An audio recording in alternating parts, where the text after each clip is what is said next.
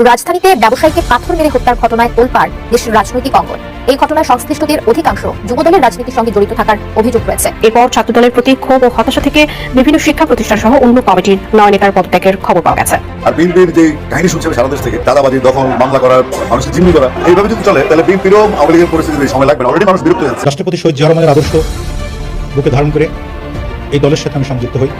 আজ এই সংবাদ সম্মেলনের মাধ্যমে আমি দল থেকে পদত্যাগ করার সিদ্ধান্ত নিচ্ছি। নানান জায়গা থেকে কিন্তু বিএনপি নেতাকর্মীদের বিরুদ্ধে প্রচুর কমপ্লেন আসছে। আমার কাছে সকাল বিকাল কমপ্লেন আসছে। বিএনপি নেতাকর্মীদেরকে মাঠ পর্যায়ে কন্ট্রোল করা যাচ্ছে না, চাঁদাবাজির সঙ্গে যুক্ত, জমি দখলের সঙ্গে যুক্ত। আমার অন্য কোনো আকাঙ্ক্ষা নাই। আমার একটাই আকাঙ্ক্ষা, দেশ এবং জাতিটাকে একটা সুন্দর জায়গায় রেখে ছুটি করা। নতুন বাংলাদেশে হাসিনা ফ্যাসিস্ট হাসিনার বিদায় পর বিএনপি লোকদেরকে এতগুলো হত্যা করলো কেন? বিএনপিকে এই উত্তরগুলো খুঁজতে হবে যে ক্ষমতায় আসার আগেই 1 বছরে যদি নিজেদের কি প্রায় 200 লোককে মেরে ফেলে, ক্ষমতায় আসার পর এই বিএনপিকে কন্ট্রোল করবে কারা? মিটফোর্ডে সোহাগ হত্যাকাণ্ডের পর যারা এই হত্যাকাণ্ড ঘটিয়েছে, আমরা দেখলাম পুলিশের বক্তব্য অনুসারে। আমি আপনাদেরকে কি বলেছি বিএনপির এখনকার বক্তব্য শুনে মনে হয় যে বিএনপি বলতে যাচ্ছে আমি অত বড় চাঁদাবাজ না ভাই, আমার দলের যারা আছে এত বড় চাঁদাবাজ না। বিএনপিকে নরমালাইজ করছেন উপদেষ্টা মাহফুজ আলম। উপদেষ্টা মাহফুজ তো ওই বোতল খেয়ে একদম চুপচাপ, দীর্ঘদিন কোনো খোঁজ খবর ছিল না। আসসালামু আলাইকুম রহমতুল্লাহ, সবাই কেমন আছেন? আশা করি সবাই অনেক ভালো এবং সুস্থ আছেন। সবাইকে স্বাগতম জানাচ্ছি আমাদের আরেকটি নতুন ভিডিওতে। প্রতিদিনের মতো আমি আপনাদের রিয়াদ ফারুকী আবারও চলে আসলাম নতুন একটা ভিডিও নিয়ে। দর্শক, আপনারা সবাই ইতিমধ্যে বুঝতে পেরেছেন আজকের ভিডিওটা কতটা গুরুত্বপূর্ণ হতে চলেছে। দেশের যে বর্তমানে যে রাজনীতির যে চলমান পরিস্থিতি চলতেছে তারই ধারাবাহিকতায় আজকের ভিডিওর শুরুতে বেশ কিছু অংশ বিষয় থেকে বুঝতে পেরেছেন আজকের ভিডিওটা কতটা গুরুত্বপূর্ণ হতে চলেছে। তাই আমি আর বিষয়টা নিয়ে বিস্তারিত বলবো না, কারণ বিস্তারিত বলতে গেলে ভিডিওটা অনেক লম্বা হয়ে যাবে। তাই আমি সংক্ষেপে করার ক্ষেত্রে আপনাদেরকে মূল আলোচনা নিয়ে যাচ্ছি। তার আগে আপনাকে একটি অনুরোধ জানিয়ে রাখতে চাই, যারা আমাদের চ্যানেলটিতে এখনো নতুন আছেন প্লিজ দয়া করে আমাদের চ্যানেল সাবস্ক্রাইব করে সাথে থাকবেন। আর বেশি কথা না পারে আমরা ধারাবাহিকভাবে একটু ভিডিওটা দেখে আসবো। আজকের এই ভিডিওটার মাধ্যমে অনেক গুরুত্বপূর্ণ তথ্য জানতে পারবেন। চলুন আমরা একটু বিস্তারিত দেখে আসি। রাজধানীতে ব্যবসায়ীকে পাথর মেরে হত্যার ঘটনায় তোলপাড় দেশের রাজনৈতিক অঙ্গন। এই ঘটনায় সংশ্লিষ্টদের অধিকাংশ যুবদলের রাজনীতির সঙ্গে জড়িত থাকার অভিযোগ রয়েছে। এরপর ছাত্রদলের প্রতি ক্ষোভ ও হতাশা থেকে বিভিন্ন শিক্ষা প্রতিষ্ঠান সহ অন্য কমিটির 9 নেতার পদত্যাগের খবর পাওয়া গেছে। আর বিএনপির যে কাহিনী শুনছে সারা দেশ থেকে দাদাবাজি, দখল, মামলা করার, মানুষকে জিম্মি করা, এইভাবে যদি চলে তাহলে বিএনপিরও আওয়ামী লীগের পরিস্থিতি সময় লাগবে না। অলরেডি মানুষ বিরক্ত হয়ে যাচ্ছে। রাষ্ট্রপতি শহীদ জিয়া রহমানের আদর্শ বুকে ধারণ করে এই দলের সাথে আমি সংযুক্ত হই। আজ এই সংবাদ সম্মেলনের মাধ্যমে আমি এই দল থেকে পদত্যাগ করার সিদ্ধান্ত নিচ্ছি। নানান জায়গা থেকে কিন্তু বিএনপি নেতাকর্মীদের বিরুদ্ধে প্রচুর কমপ্লেন আসছে। আমার কাছে সকাল বিকাল কমপ্লেন আসছে। বিএনপি নেতাকর্মীদেরকে মাঠ পর্যায়ে কন্ট্রোল করা যাচ্ছে না, চাঁদাবাজির সঙ্গে যুক্ত, জমি দখলের সঙ্গে যুক্ত। আমি আপনাদেরকে কি বলেছি বিএনপির এখনকার বক্তব্য শুনে মনে হয় যে বিএনপি বলতে যাচ্ছে আমি অত বড় চাঁদাবাজ না ভাই, আমার দলের যারা আছে এত বড় চাঁদাবাজ না। কিছু না হয় করেছে, অস্বীকার করার তো জো নাই, চোখ বন্ধ করে তো অস্বীকার করতে পারবে না। প্রশ্নটা করলেই বলে আমরা 4,500, 5,000, 7,000, 7,500 বহিষ্কার করেছি, এইটা উত্তর। সুতরাং তাকে বলার কোনো সুযোগ নাই যে আমি আমার দলের লোকজন চাঁদাবাজির সাথে সম্পৃক্ত না। কঠোর অবস্থানে তারেক রহমান সাহেব এটা টলারেটই করেন না, এটা হচ্ছে বিএনপির অবস্থান। কিন্তু আর বাইরে যা কথাবার্তা হয় তাতে শুধু এইটুকুই বোঝা যায় যে দেখেন এত বড় চাঁদাবাজ কেন বলা হচ্ছে, এত বড়টা তো ঠিক হচ্ছে না, আমরা তো এত বড় চাঁদাবাজ না, ছোটখাটো এরকম একটা ভাব। এইসব চাঁদাবাজি করছে এগুলো তো আমরা ব্যবস্থা নিচ্ছি, আর বাদ বাকি চাঁদাবাজ না, চাঁদাবাজির কোনো বিষয় নেই, দখলদারিত্বের কোনো বিষয় নেই। কোন থানা আছে বাংলাদেশের, কোন ওসি সাহেব, এসপি সাহেবের হিম্মত ক্যাটাগরি বেস বা ক্ষেত্র বিশেষে বিএনপির নেতার কথা একেবারে তিনি ফেলে দিতে পারেন?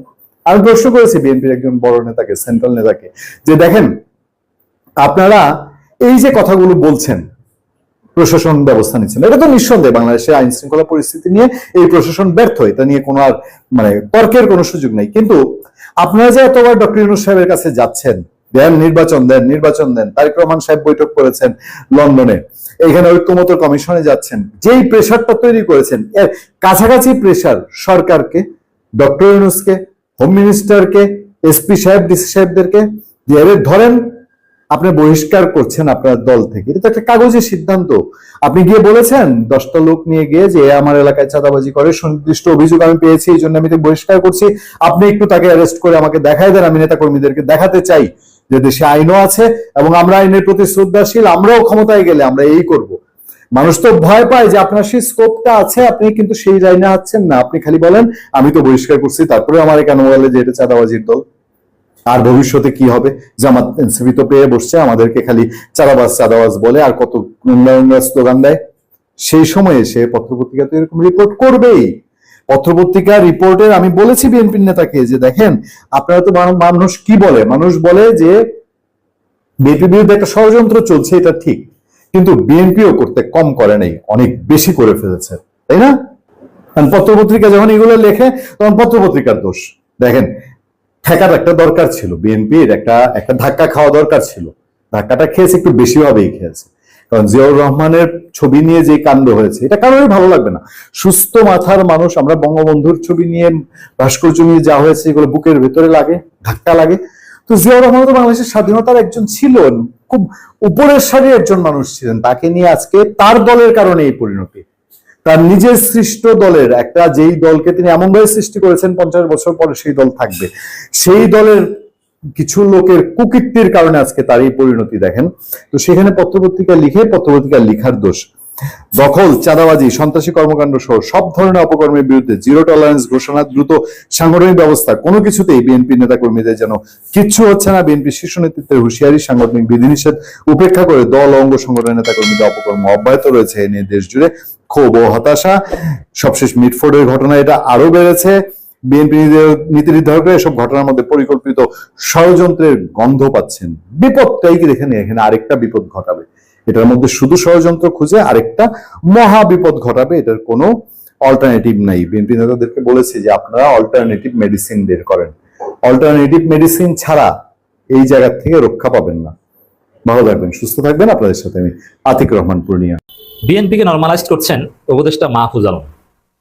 উপদেষ্টা মাহফুজ তো ওই বোতল খেয়ে একদম চুপচাপ, দীর্ঘদিন কোনো খোঁজ খবর ছিল না, ফেসবুকে কোনো পোস্ট বা কিছুই ছিল না, একদম অনেকটা নিরুদ্দেশ হয়ে গেছিলেন, হাইবারনেশনে গেছিলেন। যে মাহফুজ আস্তে আস্তে আবার একটু কথাবার্তা বলছে, যদিও এনসিপিতে মাহফুজের প্রভাব ভয়ানকভাবে কমেছে, সরকারেও প্রভাব কমেছে। মাহফুজ নিজেই বলছেন যে আমাদের হাত পা বাঁধা কিছু করতে পারছি না।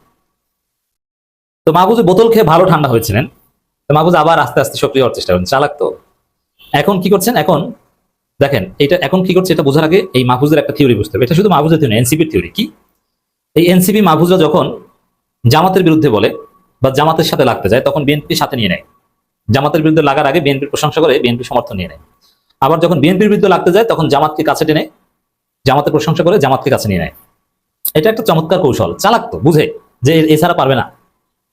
যেমন দেখবেন যে জামাতকে ধরা দরকার, বিএনপির কিছু প্রশংসা করে এই সাত প্রোফাইল পিকচার লাল করার ক্রেডিট কার্ড ছাত্র দলের নাসিরের, তারপরে জামাত শিবিরকে ধরো, সামনের ডাকসু কেন্দ্রিক পরিকল্পনা আছে। এর আগে এই 9 দফা এটা শিবিরের না, ওটা আমার অমুক তমুক নানান কিছু, বিএনপিকে সাথে নিয়ে 9 দফা নিয়ে ঝামেলা করো, কিন্তু পারেনি।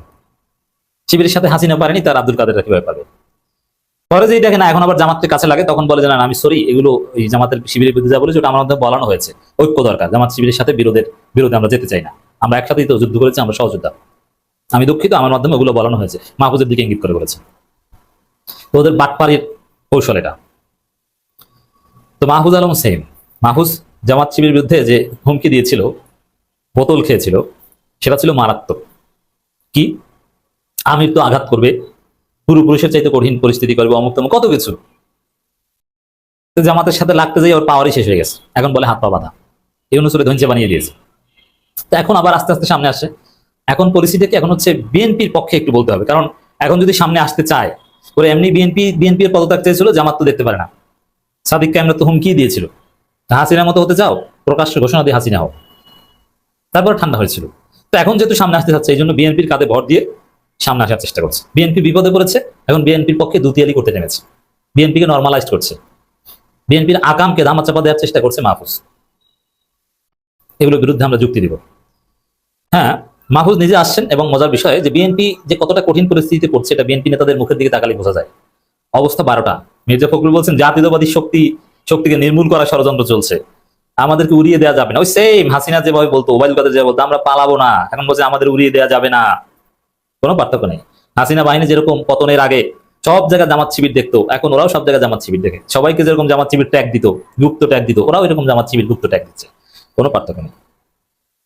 আবার হাসিনা কি করতো যে না, সোশ্যাল মিডিয়ায় আওয়ামী লীগের বিরুদ্ধে, হাসিনার বিরুদ্ধে প্রতিবাদের ঝড়, এই জন্য নানান জনের কাছে ধর্ণা দিত। ইউটিউবারদের কাছে যার 10,000 সাবস্ক্রাইবার আছে তাকেও টাকা দিয়ে বলতো যে ছাত্রদের বিরুদ্ধে বক্তব্য দাও, আমাদের পক্ষে বলো, জোর করে বলতো, কাউকে টাকা দিয়ে বলতো। কয়েকজনের মাধ্যমে বলাতেও পেরেছিল, অনেকের মাধ্যমে পারেনি।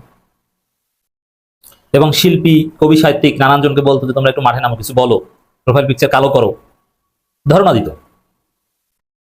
গোয়েন্দা সংস্থার লোকজন বিভিন্ন জনের কাছে যেত বাঁচার জন্য। বিএনপিও এখন এমন কঠিন পরিস্থিতি পড়েছে, তারেক রহমানকে যে স্লোগান দিয়েছে বাংলাদেশের জনগণ, লজ্জা থাকলে এদের আত্মহত্যা করা দরকার। ক্ষমতা আসার আগেই এতটা ঘৃণিত পাত্র, ঘৃণার পাত্রে পরিণত হয়েছে তারেক রহমান।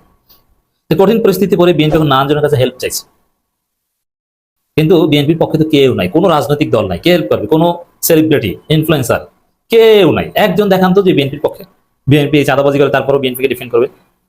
তামিম ইকবালের সাহস আছে বিএনপির পক্ষে বলতে, বলুক না। তামিম ইকবাল গালাগালি করে মানুষের ক্রিকেট ছুটে দেবে, কেউ পারবে না বিএনপির পক্ষে বলতে। ফাহাম আব্দুল সালাম যথেষ্ট রেসপেক্টেড ছিলেন, এখন ফাহাম আব্দুল সালামকে বলে মানুষ ডেসপিকেবল মাদারবোর্ড, মাদারবোর্ড ছাড়া এই কথাই বলে না। এই হচ্ছে অবস্থা দর্শক। তবে মজার বিষয়, একজন লোককে আমি পেয়েছি যে বিএনপির পক্ষে দাঁড়িয়েছে, আর কাউকে পাইনি। কত বিএনপির শরিক দল, লেজ ধরা কমিটির মিটিং 2 দিন পর পর আমি মাহমুদ চৌধুরীদের, সেই লেজ ধরা কমিটির মিটিং যাদের সাথে করতো তারাও কেউ দাঁড়ায় না। জোনায়েদ সাকিব, মাহমুদুর রহমান মান্নারাও বিএনপির পক্ষে একটা কথা বলে না বিএনপির এই দুঃসময়। অবশ্য আমিরে জামাত তারেক রহমানের পাশে দাঁড়িয়েছে, দ্যাটস ডিফারেন্ট। আমিরে জামাত যতই দাঁড়াক, জামাত শিবিরের লোকজন কখনোই বিএনপির প্রতি সফট কর্নার দেখাবে না। একজন লোককে আমি দেখেছি অবাক, তিনি বিএনপির পক্ষে একটা ফেসবুক পোস্ট দিয়েছেন। তিনি আবার আমার খুব প্রিয় এবং শ্রদ্ধেয়, doctor Mostafizur Rahman, Iran labour পার্টির। তিনি ভয়ে ভয়ে একটা ফেসবুক পোস্ট দিয়েছেন যে বিএনপির বিরুদ্ধে সংঘবদ্ধ অপপ্রচার। আসসালামু আলাইকুম। আল কোরআনে একটা কথা বারবার লেখা আছে, আমি ওই কথাটাই নিছি আমার জীবনে, ওই কথাটাই, সীমা লঙ্ঘনকারীকে আল্লাহ পছন্দ।